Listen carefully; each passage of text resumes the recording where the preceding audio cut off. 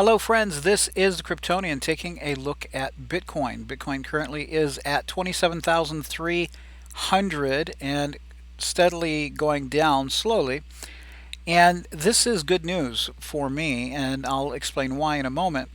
Currently right now we take a look to the right, we see all of the altcoins in the red, heavily in the red, 8% to 14%. And this is getting into close to double digits for a lot of coins, and they are in double digits on some of the coins. Some of the projects that are in double digits are probably your newer projects, the projects that have less capital and less backing, and they're more speculative. Okay. That being said, I'm excited. I'm really excited about this dump here, and I'll tell you why.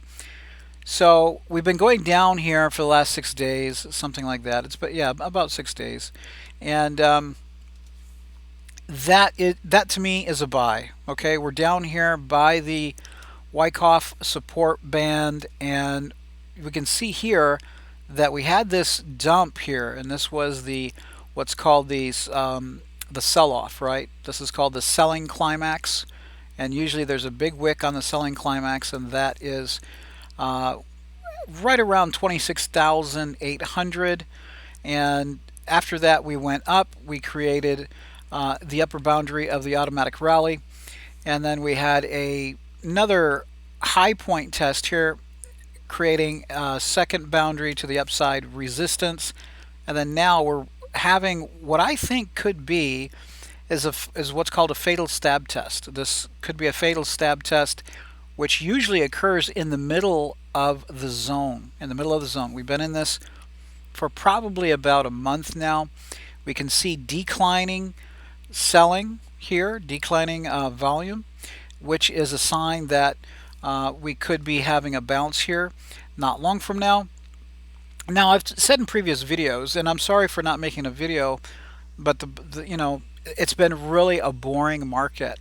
It's just been a lot of chop, a lot of volatility. The market really hasn't been going anywhere, and so we've had a couple of good rallies, but some opportunities short term, but those are not real investing opportunities. Those were pretty much just short-term trading opportunities, right?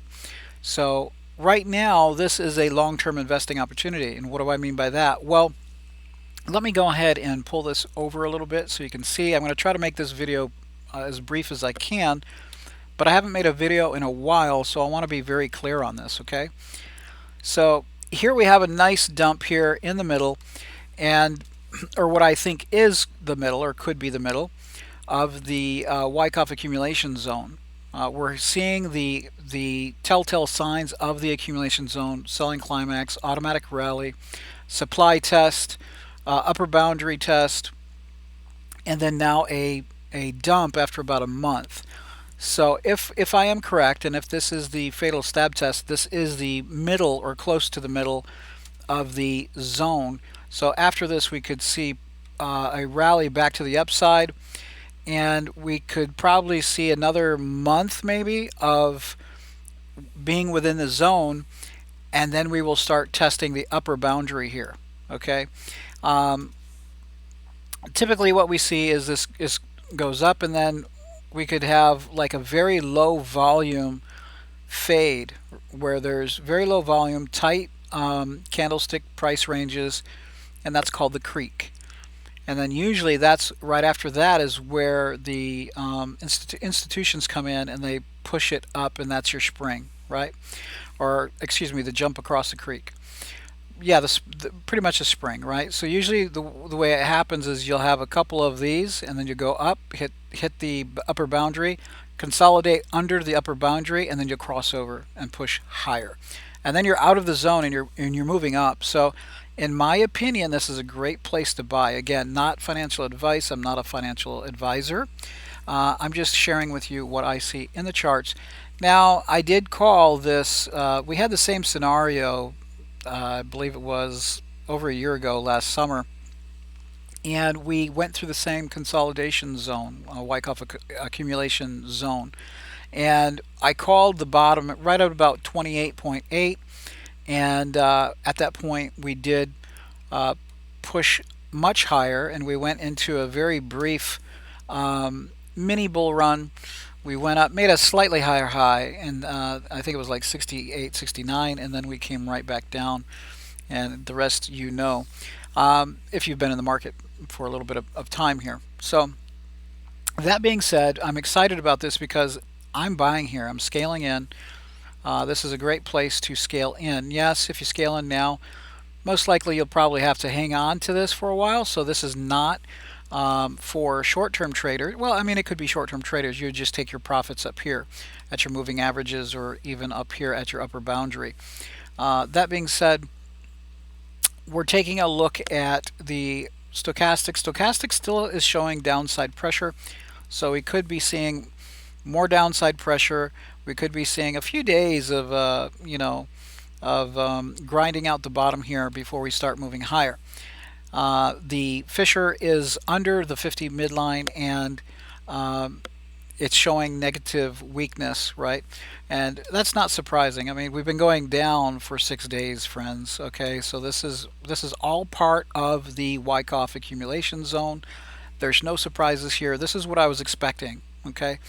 Not only that, but I did say in previous videos 25K was a good target. And if it does hit 25K, I'm going to be loading up, and I'll tell you why. Because 25K is the moving average on the weekly chart, 200 moving average on the weekly chart. That is very significant. Now, if 25K breaks, it's going to get kind of crazy, and we could see some lower levels. I do believe that in that scenario, we would probably see the lower levels get bought up really quick, really fast. I don't think that we will be breaking 25 though. I see a lot of people calling for, 15 and 10 and 12. Yeah, I don't see that happening. I just don't.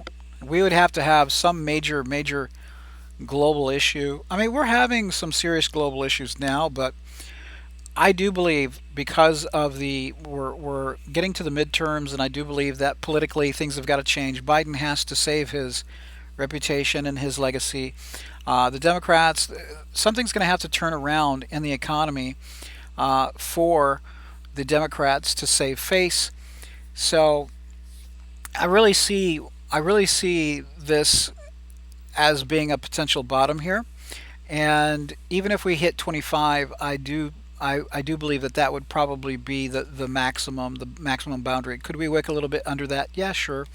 But I think anywhere under 26, we're going to have a lot of buying. Okay. Now, this is the weekend. We're having low volumes. Low volumes typically on the weekend. Whenever we have a sell-off over the weekend, typically it's on low volume, and low volume moves are easy reversals the following week. So we could have a big reversal and a big pump this coming week. Okay, moving the price right back up into the accumulation zone midline, and even probably testing the upper boundaries of moving averages and the upper boundary of the Wyckoff zone. Declining volumes on the volume bars shows that the selling is this capitulation, this selling is wearing down. The sellers are becoming exhausted, and then after that, the buyers would then take over and push price higher. The RSI, very interesting. We're under the moving average, which is to be expected at this point in the Wyckoff accumulation zone, and our RSI currently is about 34. So we're very close to that 30 oversold area. 30 and below typically is oversold, and that is typically advertisement for the bulls to buy and push the price higher. So I do see that even though we're pushing the lower boundaries here, I do believe that a lot of buyers will be coming in, especially this coming week. Now, that being said, friends, the reason why I believe this is possibly the middle of the Wyckoff accumulation zone is you usually see these really big, sharp, it's called a fatal stab test. It's a supply test. What happens is the large whales, they bring the price down really hard, they grind it down to the bottom, and the fatal stab test usually occurs in the middle of the zone. chronologically on the timeline, and it actually tests the wick, the selling climax level, and even at times can be severe and push below that. Now, what I'm seeing here is I'm seeing declining volumes, and this is an advertisement to the whales that there's less and less supply. Supply is becoming exhausted. The sellers are becoming exhausted. And after a while, it's going to be less profitable to continue to suppress the price, right? So right now, the accumulation zone is not for money, it's not for profit, it's for coins. It's for building a position for long term. So when the market does rebound and does push higher and does make higher highs, they're going to have sufficient coins to make huge profits. So the game here in a Wyckoff accumulation zone is about coin accumulation and not about profits. All right, and and that's why it's so important to see the volumes, is because when these volumes are getting to uh, very low levels, then they know it's time to move the price higher. Why? Because they know that there's not going to be enough supply on the market, being dumped on the market, to prevent them from pushing the price higher.